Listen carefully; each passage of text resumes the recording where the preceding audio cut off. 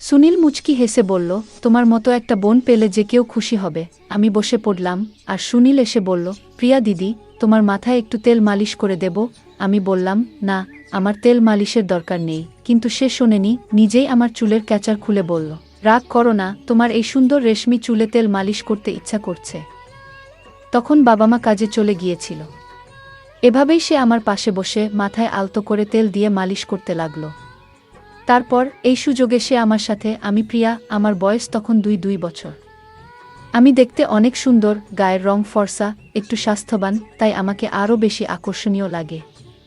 আমি কলেজে গেলে সবাই আমার দিকে চেয়ে থাকে। আমার একটি মাত্র অনেক আদরের ছোট ভাই আছে। আমি 2য় বর্ষের ছাত্রী, এবং তখন গ্রীষ্মের ছুটি শুরু হয়েছে। প্রতিবারের মতো এবারও কলেজ থেকে ছুটি পেয়েছিলাম। আজ ঘরের সব কাজ শেষ করে আমি বিছানায় একটু বিশ্রাম নিচ্ছিলাম। ক্লান্তির কারণে আমার মনে হচ্ছিল সারা শরীর ব্যথা হয়ে গেছে, আর আমি একটু আরাম খুঁজছিলাম। এমন সময় আমার ভাই সুনীল এসে জিজ্ঞেস করল, দিদি, তুমি ঠিক আছো তো? আমি বললাম, হ্যাঁ, সব কাজ শেষ করে একটু বিশ্রাম নিচ্ছি। আমার গল্পগুলো তোমরা শুনো, কিন্তু সাবস্ক্রাইবই করো না। দয়া করে গল্পগুলো ভালো লাগলে ভিডিওটি লাইক, শেয়ার এবং চ্যানেলটি সাবস্ক্রাইব করো প্লিজ।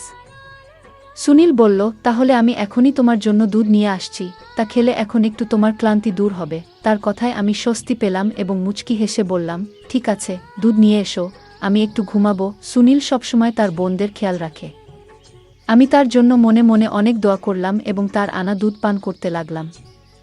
দুধের গ্লাসটি পাশে রেখে আমি বিছানায় শুয়ে পড়লাম। সুনীল বলল, চলো, আমি তোমার মাথা ম্যাসাজ করি, তুমি একটু ঘুমাও। সে বিছানায় বসে আলতো করে আমার মাথা টিপতে শুরু করল, আর আমি ধীরে ধীরে স্বস্তি অনুভব করলাম।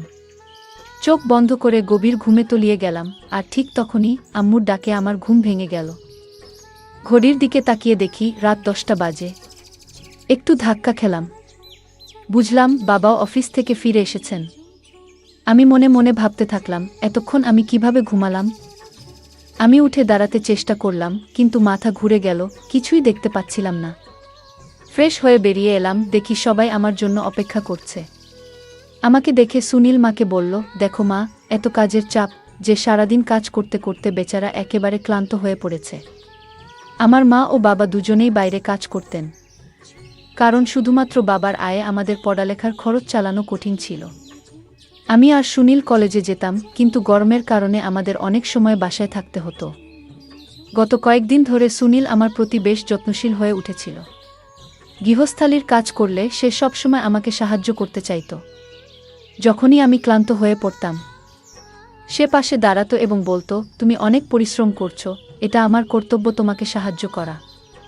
আমি চুপচাপ শুয়ে থাকতাম। একদিন রাতে আমার ভাই চুপিসারে আমার রুমে ঢুকল। আমি তখন ঘুমাচ্ছিলাম, কিন্তু মনের ভেতর জেগেছিলাম। রুমটা অন্ধকারে নিমজ্জিত ছিল, আর আমি আতঙ্কে চোখ খুলে তাকালাম। ঘুমানোর আগে দরজাটা সামান্য খোলা রেখেছিলাম, কিন্তু যখন ঘুম ভাঙল তখন কেউ সেখানে ছিল না। নিজেই উঠে দরজা বন্ধ করে আবার শুয়ে পড়লাম, কিন্তু হঠাৎ করেই অনুভব করলাম যে কেউ আমার দিকে হাত বাড়ানোর চেষ্টা করছে। পিছনে ফিরে তাকালাম, কিন্তু কেউ ছিল না। একটু ভয় পেয়ে গেলাম। ঘরের আলো জ্বালিয়ে দরজা খুলে বাইরে তাকালাম, কিন্তু কাউকে দেখতে পেলাম না। আগে কখনো এমন কিছু ঘটেনি, তাই একটু অস্বস্তি লাগছিল। তৃষ্ণা পেয়ে রুম থেকে বেরিয়ে এলাম পানি খাওয়ার জন্য। তখনই সুনীলকে আমি দেখতে পাই। সুনীল আমাকে দেখে জিজ্ঞেস করল, তুমি কি এখনো জেগে আছো? কি হয়েছে? আমি বললাম, কিছু না, তৃষ্ণা পেয়েছিল তাই পানি খেতে এসেছি। সুনীল বলল, ভয় পেয়েছো নাকি? ভয় পেয়ে থাকলে বলো, আমি তোমার ঘরে ঘুমাই আজ। তুমি চাইলে আমি তোমার সাথে রুমে ঘুমাতে পারি। আমি তাকে বললাম, না, তোমার ঘুম নষ্ট করার দরকার নেই। কিন্তু সে বলল, তোমাকে একা রেখে যেতে পারবো না। অবশেষে আমি বিছানায় শুয়ে পড়লাম, আর সে আমার পাশে বসে বালিশটা ঠিক করে দিল। তারপর পাশের ছোপায় শুয়ে পড়ল। রাতে ঘুমানোর সময় মনে হচ্ছিল যেন কেউ আমার পাশে বসে আমাকে দেখছে, আমার মুখের কাছে হাত নাড়ছে, এবং এটা যেন একটা স্বপ্নের মতো। পরের দিন সকালে ঘুম থেকে উঠলাম, কিন্তু মনে হচ্ছিল কিছু অদ্ভুত। মেজাজও ঠিক ছিল না।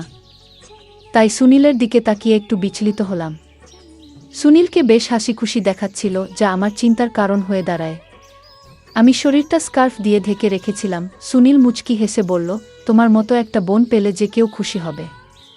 আমি বসে পড়লাম আর সুনীল এসে বলল, প্রিয়া দিদি, তোমার মাথায় একটু তেল মালিশ করে দেব? আমি বললাম, না, আমার তেল মালিশের দরকার নেই। কিন্তু সে শোনেনি।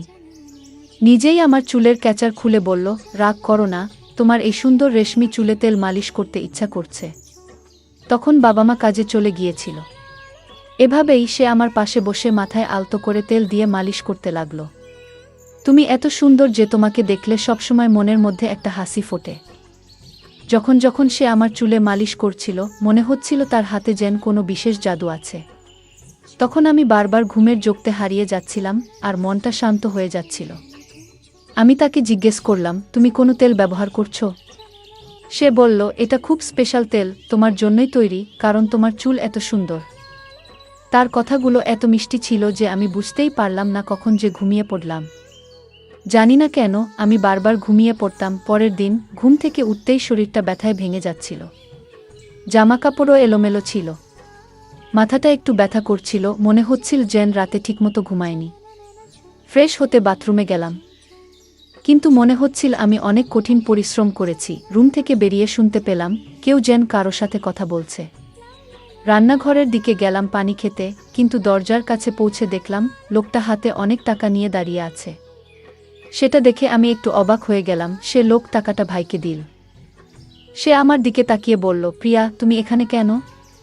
আমি তার কাছে গিয়ে বললাম, এত টাকা কোথা থেকে পেলি? সে নিচের দিকে তাকিয়ে বলল, প্লিজ বাবাকে কিছু বলো না। আমি জিজ্ঞেস করলাম, এই টাকাটা কেন? কিসের জন্য? সে বলল, এটা বাবার এক বন্ধুর টাকা, যা ফেরত দেওয়ার কথা ছিল। আমি টাকা ফেরত দিতে বললাম, কিন্তু সে মৃদুস্বরে বলল, হ্যাঁ, আমি মাকে বলেছিলাম। আমি তাকে বললাম, আমাদের কিন্তু পরিস্থিতি খুব খারাপ। রাতে যখন বাবাকে টাকা দিতে গেলাম, সে কিছু না বলে চলে গেল। পরের দিন আমি রান্নাঘরে কাজ করছিলাম যখন সে তার বন্ধুদের নিয়ে ঘরে এলো। আমি তখনও কষ্টে কাঁপছিলাম। সেই সময় আমি দোপাট্টা খুলে বাসন ধুচ্ছিলাম।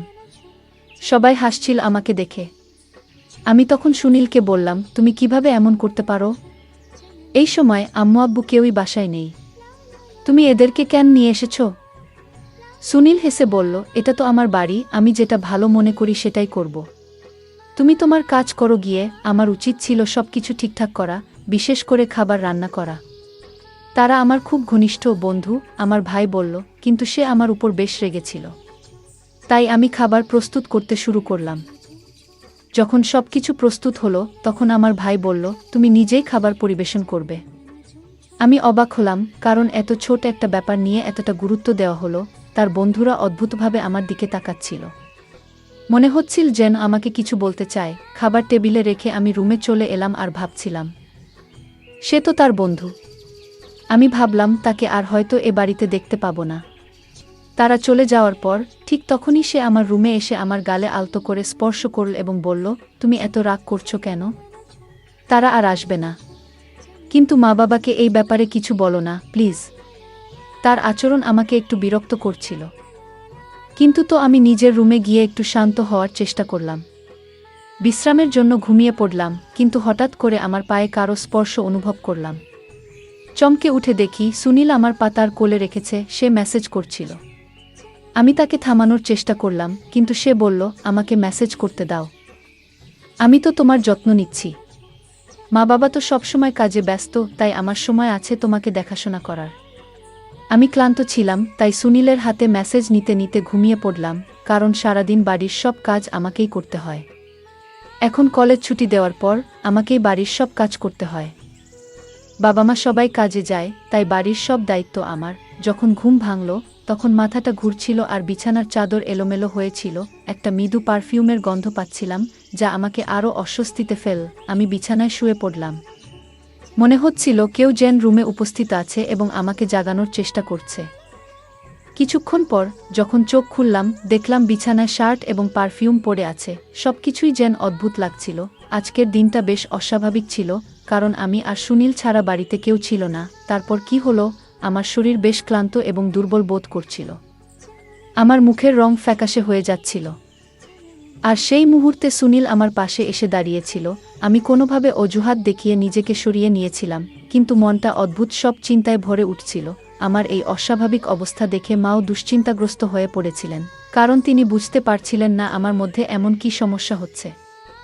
সেই রাতে আমি বারবার জেগে উঠছিলাম এবং পরের দিনও ভালোভাবে ঘুমাতে পারিনি। দিনের পর দিন আমি যেন আরও বেশি রোগা হয়ে যাচ্ছিলাম, আমার সৌন্দর্য যেন কমতে শুরু করেছিল। জানি না কেন আমার সাথে এমন কিছু হচ্ছে।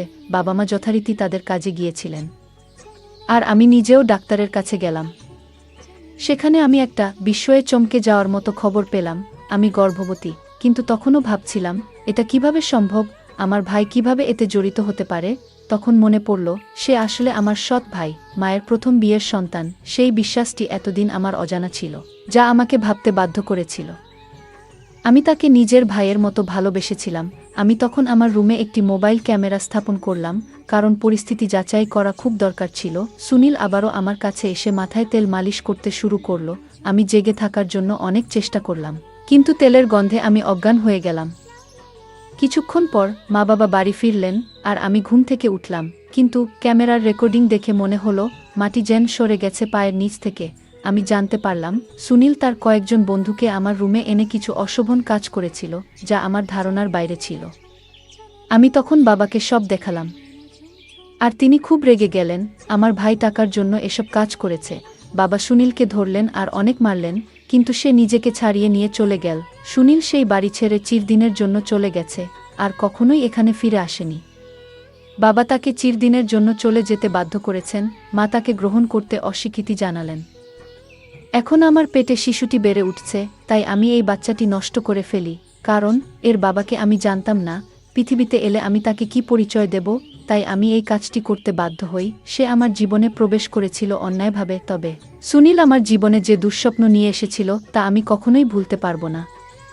সতর্কবার্তা: যখন আপনি নিজের পরিবারের সদস্যদের কাছাকাছি রাখেন, তখন তাদের নিরাপত্তা নিয়ে সর্বদা সচেতন থাকুন।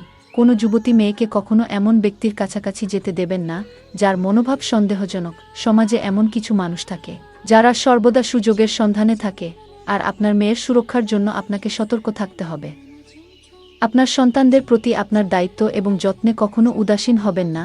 আমার বাবা মা নিজেদের জীবনের তাগিদে এতটাই ব্যস্ত হয়ে পড়েছিলেন যে তারা আমার সৎ ভাইয়ের সাথে আমাকে একা রেখে দিয়েছিলেন, আর আমি তাকে আমার বিশ্বাসযোগ্য বন্ধু ভেবেছিলাম।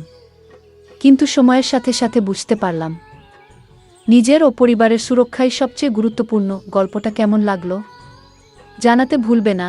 আরও মজার মজার রোমান্টিক গল্প শুনতে চাইলে ভিডিওটি লাইক, শেয়ার এবং চ্যানেলটি সাবস্ক্রাইব করতে ভুলবে না। বেল আইকনটি ক্লিক করো নতুন আপডেট পেতে। ধন্যবাদ।